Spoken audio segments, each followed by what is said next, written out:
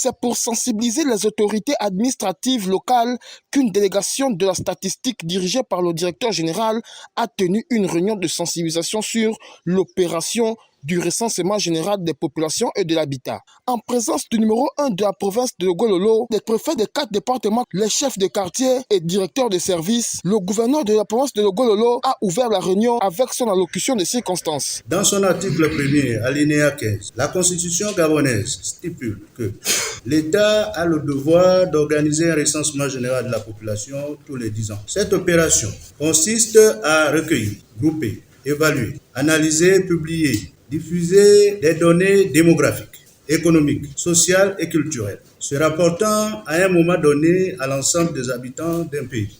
Distingués invités, mesdames et messieurs, le recensement est une opération très lourde qui nécessite d'importants moyens matériels, humains et financiers. L'État gabonais ainsi que les organisations internationales y accordent une grande importance. Cette opération de sensibilisation qui s'effectuera dans les tout prochains jours, le directeur général de la statistique nous édifie. Nous allons, dans le cadre du recensement général de la population et de la logement 2023, déployer des équipes à partir des semaines à venir pour faire la cartographie principale du recensement, qui est une opération très technique qui consiste à circonscrire des portions du territoire appelées secteurs de dénombrement pour permettre que le moment venu, les agents recenseurs puissent collecter l'information caractéristique de chaque ménage du Gabon. Parce que c'est toutes les populations vivant au Gabon qui sont concernées par le recensement. Donc, il n'y a pas de distinction de nationalité, ni de quelque opinion que ce soit pour être recensé.